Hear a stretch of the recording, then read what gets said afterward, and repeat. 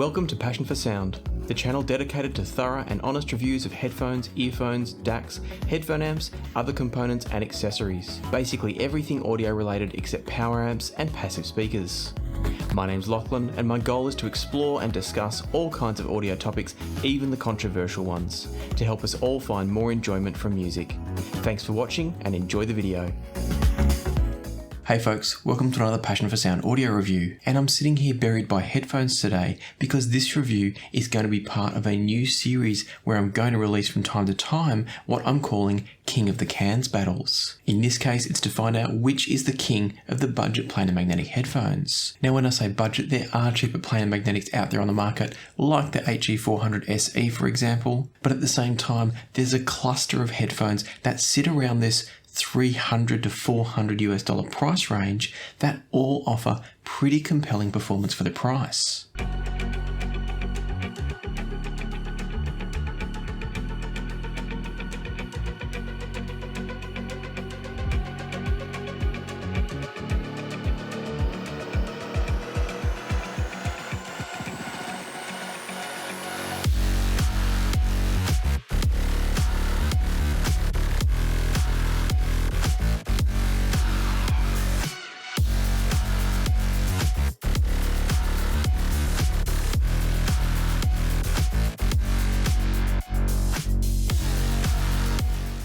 To prevent this review from going way too long, what I'm going to do is provide a really quick speed review of each of these headphones first. I'm not going to review the Sundara here. I've got a whole video on that you can check out if you want to. So I'm going to focus on a speed review of these three, and then a King of the Cans battle, which will bring the Sundara into the mix. I'll explain how the battle works when we get there, but before we get into the actual content of the reviews, I do want to cover off just a couple more things. One of them is that I'm not going to go into detail about how easy or hard these are all to drive. They're all really easy to drive. So I'm not going to give lots of details on those. I will give you the basic specs, but not a huge amount of detail on device matching and the like.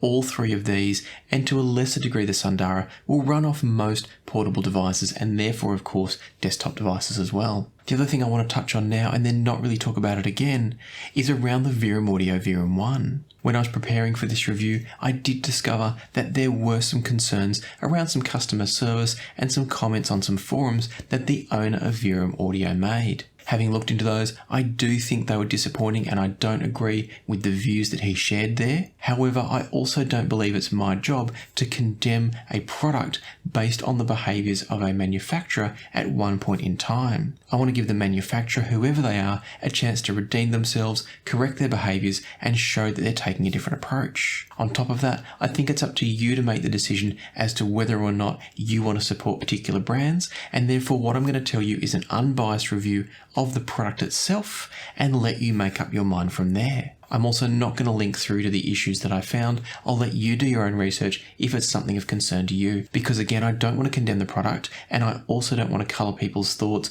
or send people in with preconceived notions. I think it's something that you should look into for yourself and decide if it's something that's enough for you to be concerned about buying from a company like Verum Audio. I will provide just a little bit of context here now so things don't get blown out of proportion or overly minimised.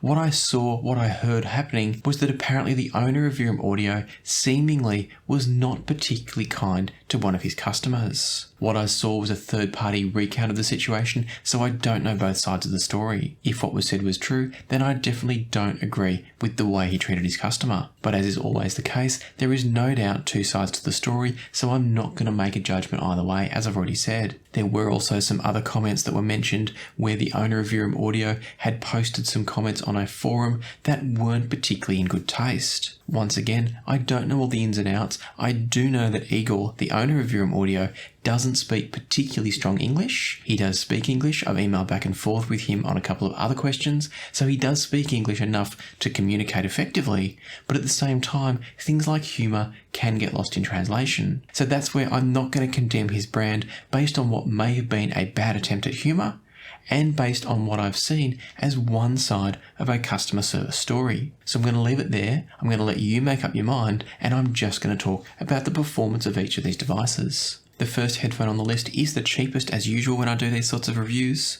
and in that case it makes it the Monolith M1060 version 2. These are a $270 US or about 375 Australian dollar planar magnetic headphone, which as you can see have been designed very much in kind of the style and fashion of the Audeze LCD2.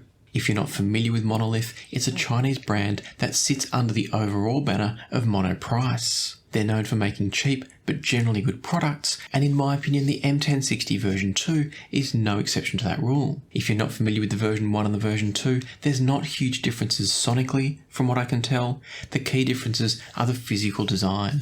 Things like they've changed to a 2.5mm on the bottom instead of the old MMCX.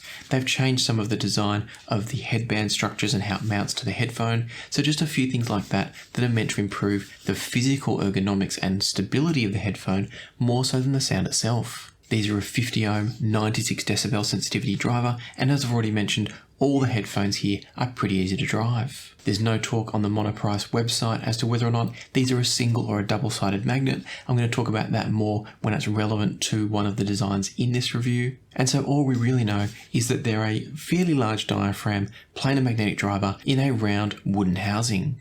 So as I said, very similar to an Audeze LCD2. To talk about accessories, I'm going to first clear some space.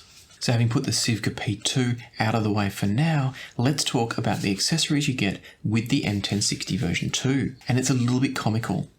As well as the headphones themselves, you of course get a cable, and the cable is a nice cable. It's quite soft, it's fairly supple, it's got a nice cloth wrapping so it feels good, it's got high quality connectors at each end, as I mentioned before, terminating in a 2.5mm, which I know some people are not fans of. I have no issue with it, and so overall I'd say it's a good quality cable. Where things get pretty comical though, is in this beast here. So this is your protective carry case for the M1060. And I think somebody might have been actually having a laugh. If you look at this compared to the headphones, the size difference is pretty dramatic. It's absolutely huge, this case. There is absolutely nothing about this that makes me think you would ever want to take this anywhere with you. First and foremost, it's not like a Pelican case that comes with the Audeze 2, where you've got a carry handle and it's a good square compact design.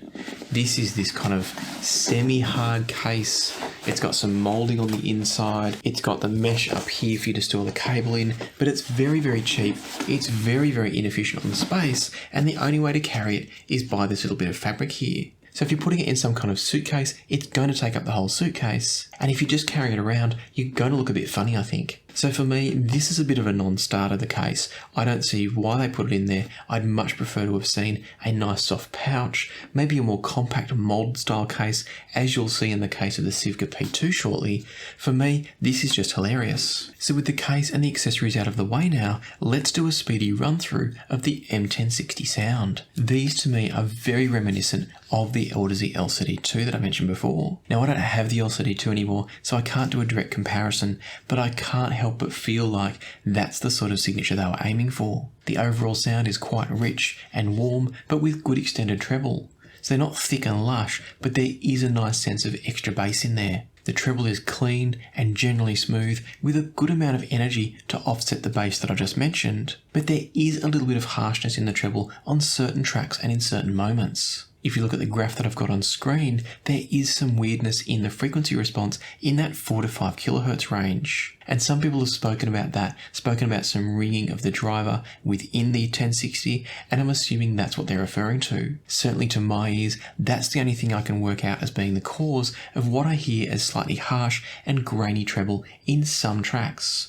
So it's not there all the time. It's like it hits certain kind of negative synergies with certain recordings, certain instruments, and just occasionally rears its head. It's not enough to be a deal breaker on these, but it is enough to just occasionally make the treble less than perfect. In the mid-range, things are pretty good tonally, things sound mostly accurate, and there's generally a good sense of texture through the mid-range as well. So vocals come across with both a good sense of realism and a good sense of that textual information that I just mentioned. Where things don't go so well though, is that sometimes things get a bit busy through the mid-range and it becomes hard to separate sounds. So if you've got guitars and vocals and other instruments going on as well, sometimes it does get a bit difficult to separate them all out and focus in on what you're looking for. Now, part of that's to do with soundstage and imaging, which I'll get to in a moment, but it really tended to be an issue focused on the mid-range more so than the bass and treble, and that's why I wanted to raise it. Moving down to the bass is solid and it's well extended. The overall quality of the bass I would say is quite good,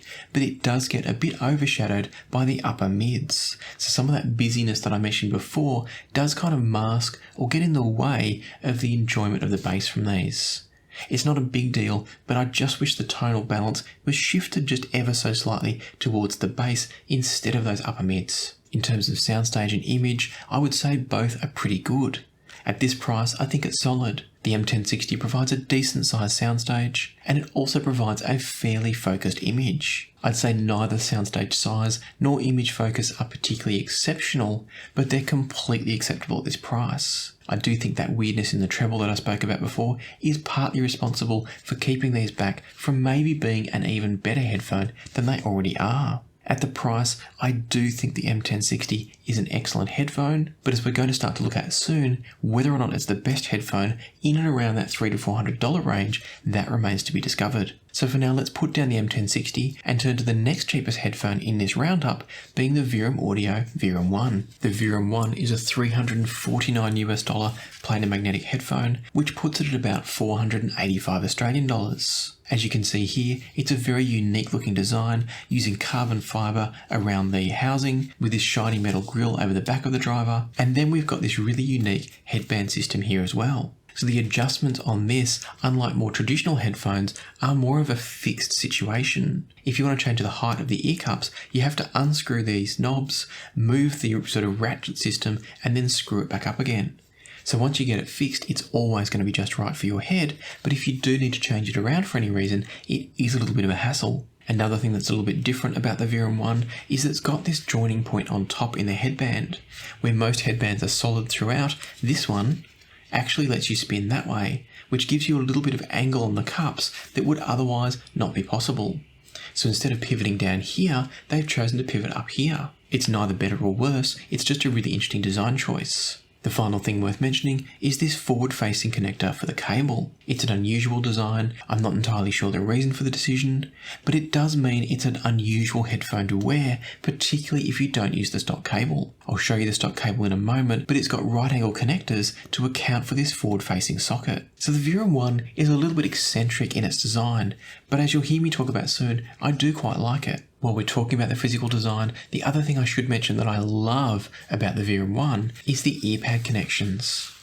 These use a really simple magnetic system. There's just a metal ring that sits inside the earpad, and then that attaches to the inside of the cup here with a very simple magnet system. And what that means is that pad swapping is a breeze. And in fact, what I've got here are the ZMF Universe pads, which are a wonderful match for the Verum 1. And I want to say thank you to Zach and Bevan for sending these over for me to try. But the beauty of this is you pop the disc in and any of this kind of large round style pad is going to work on the Verum 1. So they're a pad roller's dream. The stock pads that I have over here are a really nice leather perforated design, and overall it's a really nice comfortable headphone to wear. Sitting inside the Verum 1 headpiece is a pair of 8 ohm, yes 8 ohm, 96 decibel sensitivity drivers. What that means is they are incredibly easy to drive, maybe too easy to drive in some cases if you've got a very powerful amplifier, but it does also translate to some wonderful sound, as I'll talk about soon. As far as I can tell, and I didn't think to confirm this with Igor in my emails, but it appears to me the Verum 1 are using a single-sided magnet design. Now that's not necessarily a pro or a con, but there's two different ways of designing a planar magnetic. You can have magnets on both sides, or you can have magnets on one side. Having magnets on both sides can provide greater driver control, but can also interrupt the flow of the sound waves off the back and or the front of the driver, depending on where the magnets are placed. There are plenty of designs on the market now though, whether it's the phaser from Audeze or something like the stealth magnets from Hyphaman. There's plenty of ways around some of those issues, but it does play a factor into how the headphone performs. So as I said, Verum Audio have chosen a single-sided design as far as I can tell, whereas as you'll hear shortly, Sivga for the P2 decided on a double-sided design. Before we talk about the sound of the Verum 1, let's have a quick look at the cable, which is really the only accessory you receive, or at least the only accessory I received on the demo unit that Igor sent over. So the cable itself is very similar in all ways to the one I just talked about from Monoprice. It's a fairly supple, cloth-wrapped cable. It's a little bit stiffer than the M1060 cable, but it's still quite nice. It's got these nice chunky plugs at each end, so you've got 3.5mm at the amp end, and as I've already alluded to, you've got these right angle plugs that go into the headphone. So it works really well if you're listening with the stock cable because the plug goes in and the cable drapes down. But if you're using an aftermarket cable, like for instance I've been using the Apos Flow cable preparing to review that one, with those sorts of cables that have a straight connection to the headphone, you may find it does feel a little bit funny because the cable kind of comes out and then curves down. It's not a big deal, but I thought it was worth mentioning. So with all that out of the way, let's talk about the sound from the Verum 1.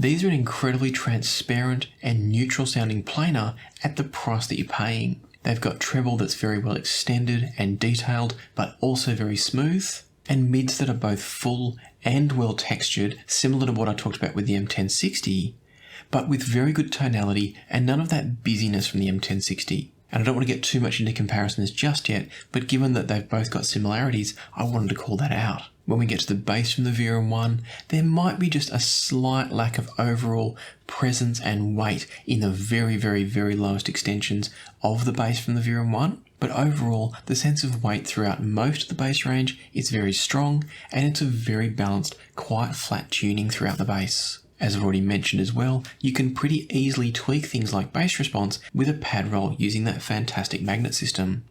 And indeed, the Universe pads, and I'm not going to show you measurements for those because that's a whole different rabbit hole, but the Universe pads really help to improve the bass response on the Verum 1. Finally, on staging and imaging, the image from the Verum 1 is really nice and accurate and focused, but the soundstage is quite intimate. It's a fairly in-your-head experience, but not a bad one at all. My point being, it doesn't throw this huge spacious soundstage, but the imaging and the sense of space within that soundstage are all actually excellent. And so as you can see, we're building here a range of very capable headphones between the M1060, then the Verum 1, and now let's have a look at the Sivga P2. The Sivga P2 is the most expensive headphone out of these three at $399 or around about 550 Australian dollars. As you can see, it comes with a carry case, which is a much more sensible version than something like that crazy Monolith one. So with the Sivga case, it's molded to match the headphone shape, and because the headphones can fold flat like so, it sits in there nicely and it's very compact.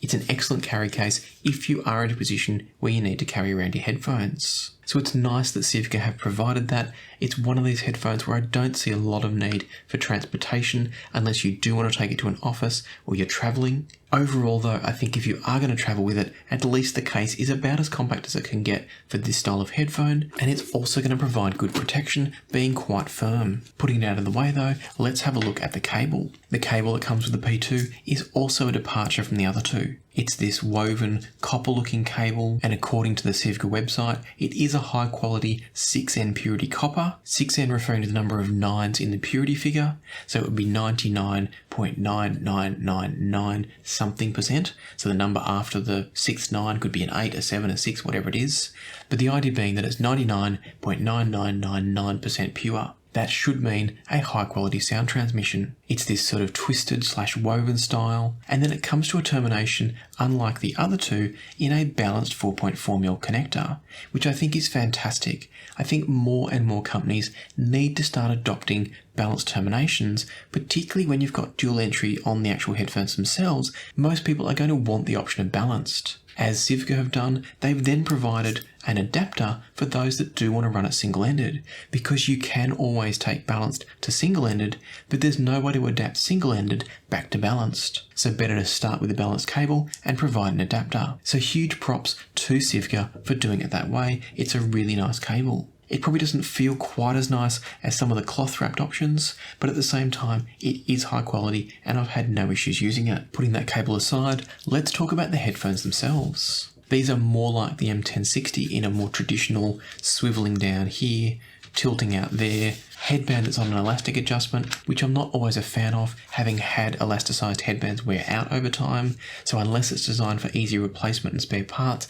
that's a bit of a drawback for me. But other than that, the overall design is pretty traditional. When it comes to the head cups themselves, we've got these beautiful black walnut shells, which are all apparently handmade, and then sitting inside those are a set of planar magnetic double-sided magnet drivers. So this is a case where you've got magnets on both sides of the drivers, which means in theory a more controlled driver, but potentially more disruption to the sound waves coming off the back and off the front of the driver. Now you might be thinking, sound waves coming off the back, what's the issue? Because there's something behind, in this case it's this kind of perforated metal grill, because there's something behind the actual driver, there is a chance that any disruptions to the airflow going that way is going to mean more and more unwanted reflections, so disruptive reflections coming back through towards the listener. I'm not saying whether or not that is occurring here, that's just the theory and the potential drawback of using double-sided magnets, but at the same time there's also the trade-off of better driver control, which makes for a better sound. It all depends on the design. The P2 drivers are a 32 ohm 98 decibel sensitivity, and again, as I've said with all of these, that makes them very easy to drive. Not quite as sensitive as something like the 8 ohm drivers in the Verum 1, but still plenty sensitive enough for any device I can think of. Something else to mention just quickly before I get onto sound quality is the pads on the P2, very much like the pads on the Phoenix that I reviewed recently, have this really nice cloth section where it touches your head. They're a really nice pad. They've got some interesting contouring, which I'm not entirely sure if it's helpful because everybody's head anatomy and physiology is a little bit different. So whilst I find them very comfortable, I don't know if they're going to seal effectively for every single person, and perhaps a flat surface pad may have worked better, but I'm not sure. Because of the fitting system and the shape of these pads, I don't have anything that I can try as a direct comparison like I could with the Verum 1. Thankfully, unlike the Phoenix, which use a clip-on twist system, the P2 use a very simple flange style setup like so it is very easy to take the pads on and off, but I don't have anything handy that matches the profile of these. So now with design and accessories out of the way, let's talk sound from the Sivga P2. If you've watched my review of the Sivga Phoenix, the sound is quite similar in many ways with the P2. It's not as bass heavy, but there's clearly a house sound, which is a warm and fairly rich sounding headphone tuning. The treble from the P2 is clean, but it might be just a little bit too polite for some people. Overall, the treble comes across a bit recessed compared to the mids and the bass, which for some people is going to be great, for others it's going to be, as I said, a bit too polite. Mid-range quality is very nice overall. It's probably not as transparent or open sounding as the other two headphones I've talked about, but it's still a very enjoyable listen. Similarly, the bass is quite polite, it's well controlled, but there's no sense of enhancement anywhere, so for those looking for a more clean and neutral sounding but slightly warm headphone, these are actually a better option than the Phoenix, but they're quite different to the other two headphones in this roundup. Staging and imaging is also solid, it's good. It's not the biggest soundstage ever, there's decent separation. But one thing I found was the imaging wasn't quite as focused as I'd like. It's a little bit kind of inaccurate with the imaging. That's not to say you can't tell where the instruments are coming from, but more so if you were to think about taking a lens of a camera and focusing on something, it feels like the focus is maybe not quite perfect. It's like you're just one notch away from that perfect focus and that really sharp outline of the note, the instrument, the vocalist, whatever it might be. And so to me, the P2 are an interesting proposition. They're a beautiful looking headphone, they're incredibly comfortable, and I've enjoyed them a lot for usage where I wasn't necessarily looking for absolute perfect sound quality.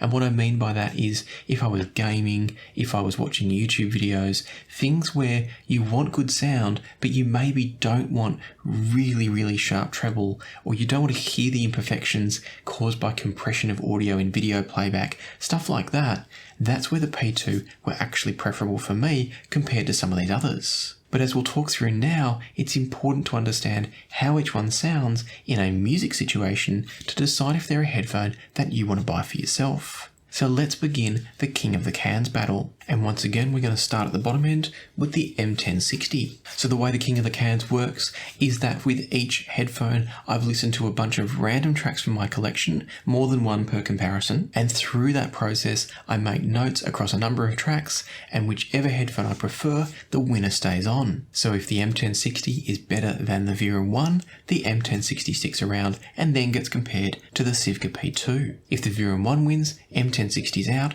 and the Verum 1 gets compared to the Sivga P2. The winner of those three goes up against the Sundara. So let's start with the Monolith M1060 and my favourite tracks in my library on shuffle. The first track that caught my attention was Share the Ride by the Black Crowes. The M1060 really captured the texture and rhythm of this track. It's got a really nice sense of texture and rhythm through the beginning of this track, and the M1060 did that really well. The vocal was quite nicely separated, and I did hear a good sense of space around the vocal as well. However, as the track got busier, the M1060 did struggle a little bit to keep all those parts separated. As I said in the speed review of these, they do struggle a little bit with keeping space between instruments and keeping sound separated. The Verum 1, on the other hand, with this track, did a much better job of separating those sounds. The Verum 1 essentially had all of the traits I've just described from the 1060, only done better. Separation was better, texture and that sense of rhythm in the higher frequencies was better.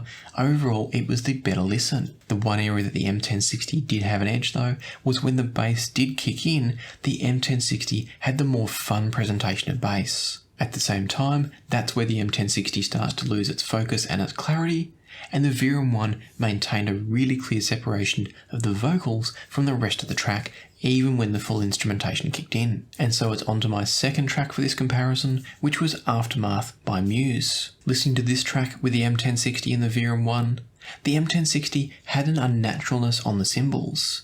And that's where, as I said before, that weirdness in their treble just comes out to play sometimes. So it made the cymbals sound artificial and unnatural, whereas flipping over to the Verum 1, the cymbals sounded wonderfully extended and nuanced and textured, but also, most importantly, very realistic. Throughout this track, the sense of transparency and clarity from the Verum 1 was hands down better than the M1060. And so whilst the M1060 does have slightly fuller and therefore more fun bass, it can't make up for the overall lack of technicalities, transparency, and general clarity and realism that the Verum 1 presents. And so at this time, the Verum 1 continues on in the battle. Just to clarify, all of the testing done using the Verum 1 was with the stock pads. So as much as I've played with the pads since then, all of this was done with the stock setups, stock cables on each headphone, and stock pads as well. And so now we need to put the Verum 1 up against the Sivga P2. The first track for this one is My Old Addiction by K.D. Lang. This is a wonderful recording of a very simple mix with vocals front and centre. The Verum 1 present a wonderfully clean and tonally accurate presentation of this recording. They're quite amazing at the price for just how naturally and realistically they're able to present the music. I did find that the piano in this track sounded a little bit thick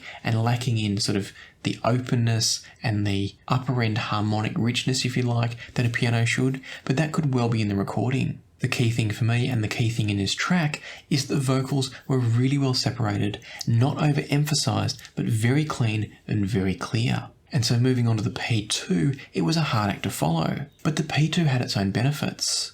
The P2 presented a slightly larger soundstage overall, and therefore a better overall sense of space. Unfortunately though, the vocals and the upper registers came across just a bit too veiled and recessed for my liking. As a result of that recession and that sort of sense of veiling, or not muddiness, but lack of air and transparency and openness in the vocals, it made the vocals on the P2 harder to focus on and harder to kind of really absorb and get lost in because they weren't as well separated from the track. So even though there's great sense of space in the soundstage from the P2 compared to the Verum 1, the ability to separate sounds and listen to the parts you want to is not as strong on the P2, and the Verum 1 was clearly better. And so moving on to track 2 in this comparison, we have Brown Eyed Blues by Ben Harper. Starting off with the P2, it was very enjoyable on this track without thinking about the comparison. So just if you had the P2 only and you were listening to this track, it's going to be a great fun listen. Moving over to the Verum 1 though,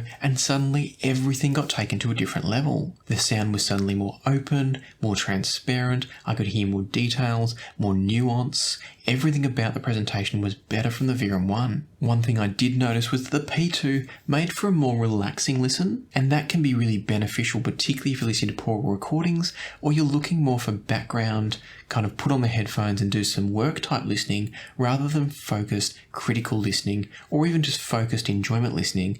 These are great for that background, non-distracting type sound. The Verum 1 though just does everything better, both technically, but also for me, from an enjoyment point of view, they're more fun. They give me an insight into the music and therefore a better emotional connection to the music than the P2 can do. And so with that in mind, the Verum 1 stay on for our battle against the current king of the cans at this level in the Headphone and Sundara. As a reminder, if you haven't seen my review of the Sundaras, I'm not going to cover them in detail here because of time, so do check out my thorough review of the Sundaras here on the channel, and I'll put a link down below for that. Technically, these are a $499 headphone, but realistically, they sell for $349, which puts them at exactly the same price as the Verum 1. Now, this wasn't a setup to end up at this place. I literally did all of my notes, all of my reviewing, and then reviewed these based on their price and the order they came up in price, and that's the only reason we've ended up here. It's pure luck that we happen to have two identically priced headphones going up against each other for the final crown in this battle. Knowing that I absolutely love and regularly recommend the Sundara to many people that ask me, this to me is the perfect chance to see if the Verum 1 is exceptional or if it's still just kind of a pretender to the throne. I've only made notes on one track for this because I really only need one to explain my conclusions.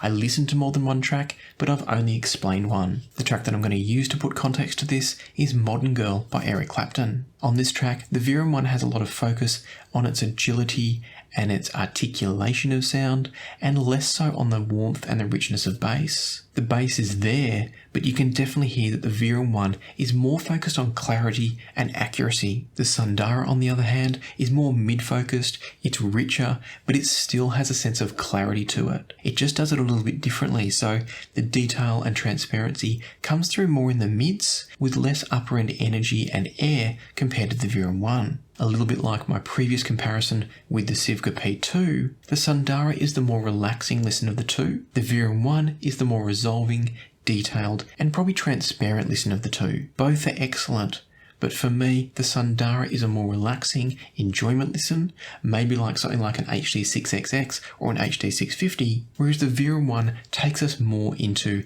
accuracy, neutrality, detail, and nuance, and therefore is heading more in the direction of a neutral, almost mixing style headphone. I'm not saying that it is a mixing style headphone, but it's heading in that direction of transparency and neutrality rather than focusing purely on enjoyment. The good news is though that the Verum 1 is still very, very enjoyable. Thankfully, Igor hasn't tilted too far away from the bass and left it cold and analytical. And so out of this overall comparison and shootout, for me, the Verum 1 is the clear winner. And that's a big statement for me to be making. I love the Sundara. I recommend it all the time to lots and lots of people, and I still will recommend it for those looking for a laid back and enjoyable sound.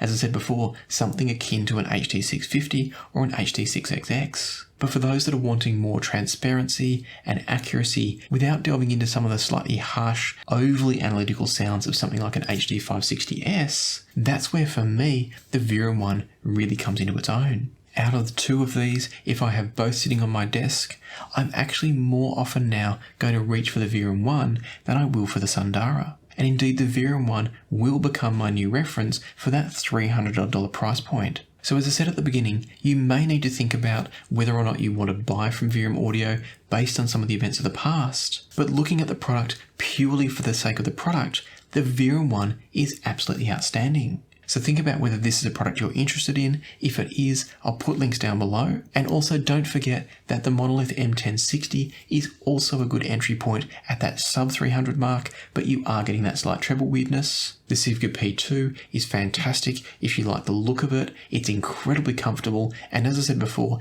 excellent for more relaxed listening. And of course the Sundara still remains a very, very solid choice from a very solid and well-known manufacturer. So you really can't go wrong with any of these four. But for me, if I was going to recommend to you let's say 2 headphones to buy out of this lot, it will be the Verum one if you want accuracy, transparency, and still an enjoyable, fun listen.